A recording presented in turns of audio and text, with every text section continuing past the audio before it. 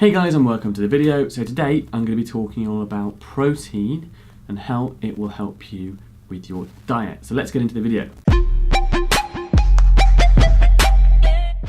Right, so before I start, if you don't want to know why proteins are good, and if you just want to find out some good sources of proteins, skip to this bit in the video and it'll take you straight to that.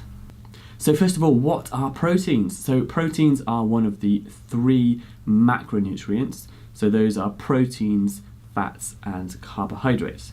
Now the protein that you eat has 4 calories per gram, and in the body it has various roles. So the most obvious one is structure. So that is your muscles, connective tissue, and bones. Yes, bones. So protein makes up 50% of your bones. But it also has various other roles in terms of enzymes, messengers, and antibodies as well. Those are the less obvious things because you can't see them. Now for weight loss, protein has quite a big role as well. And in this video, I'd like to concentrate on 3 things. So those are your lean muscle mass, the thermic effect of protein, so that's the energy it takes to digest it, and also the effect it has on your satiety, so your hunger, how full it makes you. So as I've already said, protein makes up your lean muscle mass. So the more lean muscle mass you have, the more shape your body has. So it's a really desirable thing to have when losing weight, because you can lose a lot of fat, but if you just lose the fat and don't have much muscle, then you'll have that skinny fat look. So you'll look thin with clothes on, however you might be unhappy with how your body looks underneath the clothes, so naked. So when you see a lot of these beach bodies, it's because these people have quite a lot of muscle mass, even women. So you won't look muscly, but you'll look lean and toned if you have a higher muscle mass. Having a higher muscle mass as well will allow you to be stronger because you can move more, and this will also result in a greater calorie burn if you are moving more. But also having a greater muscle mass will mean there is more storage space for sugar in your body. So instead of storing it as fat, your body can push it into the extra space in your muscle cells where it's stored as glycogen. And finally, having more muscle mass is more costly to the body, so you will burn more energy at rest. So your BMR, your basal metabolic rate, will go up slightly, not too much, without having to do anything extra. So that's a really big positive as well. In terms of satiety, protein really helps with hunger. So there's a lot of studies out there showing that increasing your protein intake will reduce hunger and subsequent eating. So this is through hormones, but also the time it takes to digest the protein in your stomach. Thermic effect of protein is really important as well when dieting. So thermic effect is just the amount of energy it takes to digest the food. And different macronutrients have different thermic effects. Carbohydrates and fats have between 5 and 15%. Whereas protein has 20 to 30%. So it takes 20 to 30% of the protein's energy just to digest it. So I'd like to give you an example now of how protein can help you on your diet. So in this example, the person weighs 70 kilograms and they're on a 1,500 calorie diet. And I've gone for 2 grams of protein per kilogram of body weight. So that means that the person will be consuming 140 grams of protein per day. Now there's 4 grams, so there's 4 calories per gram of protein. So that means that is 560 calories of protein that they're consuming in that 1,500 calorie diet. So if we go for the lower end of the thermic effect of protein, so I said before, that's 20%, that means that this person is burning 112 calories per day just by consuming that protein. Now over a week, that is 784 calories just by consuming protein. Their body is burning 784 calories just by digesting the protein. Now let's take that back and swap that for carbs. So if we go for the lower end and look at a similar amount of carbs, the person will be burning 196 calories over the week digesting those carbs. So that's a 588 calorie difference. So just extrapolating that, over 6 weeks, by doing nothing other than increasing your protein intake, swapping that for the carbs, you would burn a pound of fat. So without any real extra effort, just changing what you're eating, you've lost a pound of body fat without increasing your exercise, without cutting out any extra calories, just by eating more protein over carbs.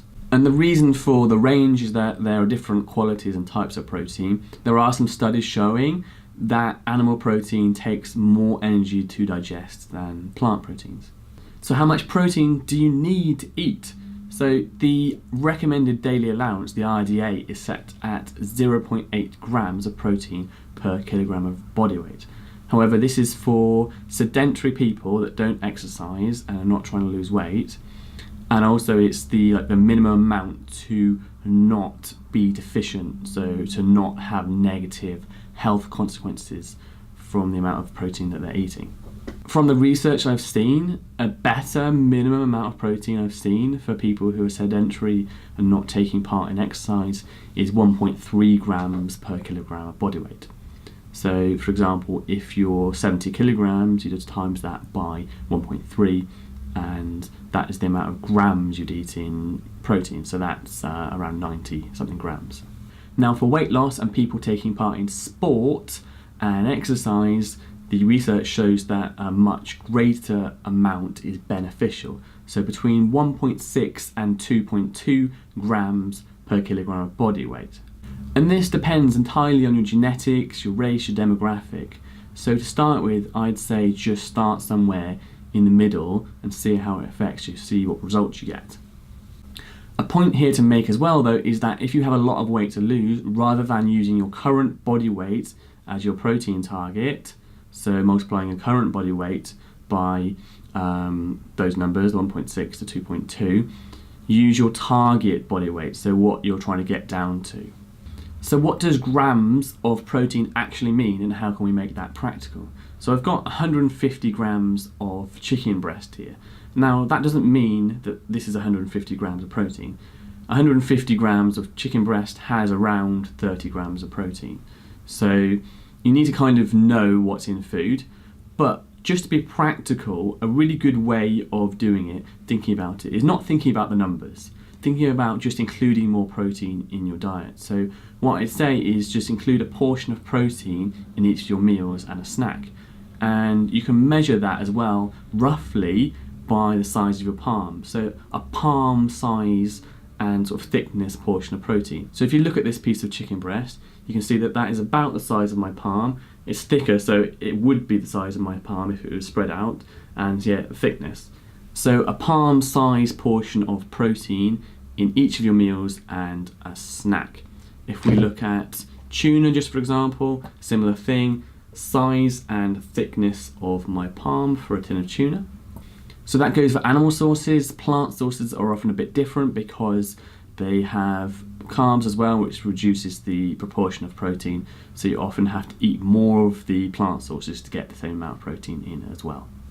So now into quality and types of proteins. So proteins are made up of amino acids, and there's lots of different amino acids.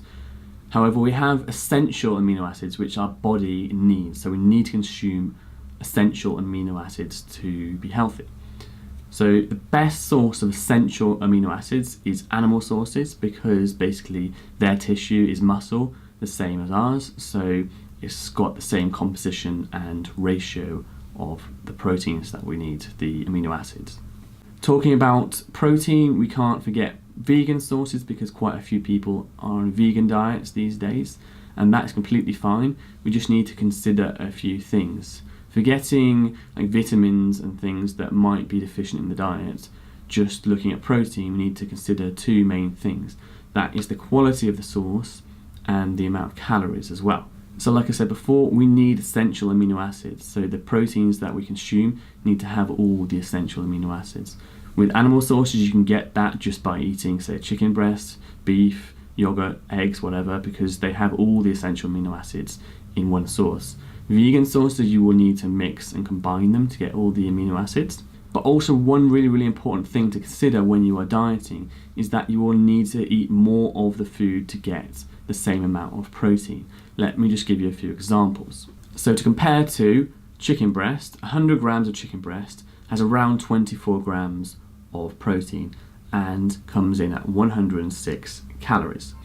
Oats, which have quite a lot of protein for a vegan source, you would have to consume 845 calories to get that 24 grams of protein. So you have to consume a lot more calories. Cashew nuts, which are very high in protein, you'd have to consume 737 calories to get that 24 grams of protein. So compared to that chicken breast at the start, only 106 calories, you'd have to eat 7 or 8 times of the oats or the cashew nuts to get the same amount of protein. So when you're dieting, that's something really, really important to consider. So if you are on a vegan diet and say consuming 1,500 calories per day, you can see how 700 or 800 calories of nuts or oats will be very difficult to fit into that diet and get enough protein. So 2 portions, so like say 50 grams of protein, that would be 2 portions of each of those things, and you'd already hit 1,500 calories. So you'd then be deficient in protein and probably not getting the full range, full spectrum of essential amino acids in that either. Right, so now on to some great examples of protein sources. So I always say to go for the leaner sources because you get more bang for your buck. So more protein for the amount of calories that you're consuming. Right, so we've got chicken breast, we've got beef, we've got fish, and that could be tinned, it could be fresh, or it could be frozen. And that goes for any of these sources. They could be tinned, fresh, or frozen. We have eggs. Eggs are great for diets. You get a few extra calories because they're higher in fat, but that's not necessarily a bad thing. You could also get supplements or just egg whites if you want to cut out the fat as well, or just remove the yolk if you did want to reduce the amount of calories you're consuming. Also with eggs, go for higher quality because the higher the quality, you pay a bit more, but you are getting more quality of proteins for your money. So then we have dairy sources. So dairy is all milk derivative. So to start with, we have milk, great source of protein. You can get the full fat, you can get reduced fat, or you can get skim milk. Obviously, skim milk has fewer calories, so it just depends how many calories you want to fit into your day.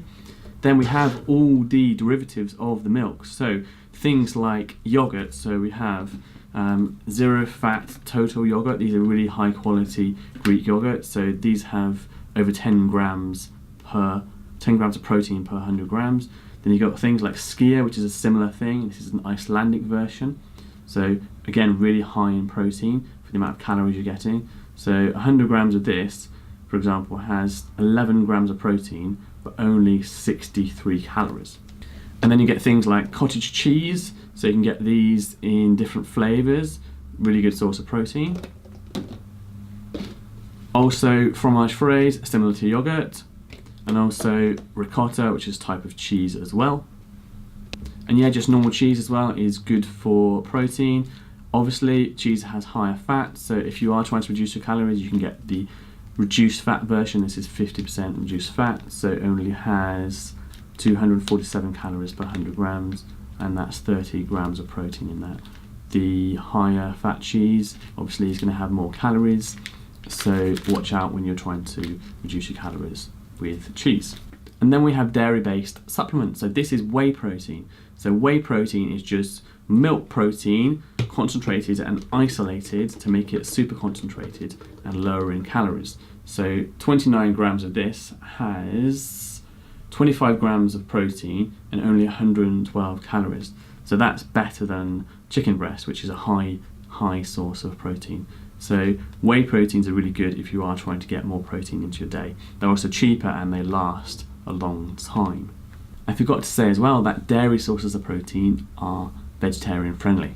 And finally, some vegan sources. So remember that I said that you have to mix and match vegan sources to get all the essential amino acids, but also they're higher in calories because they have other macronutrients, carbs and fats in them as well.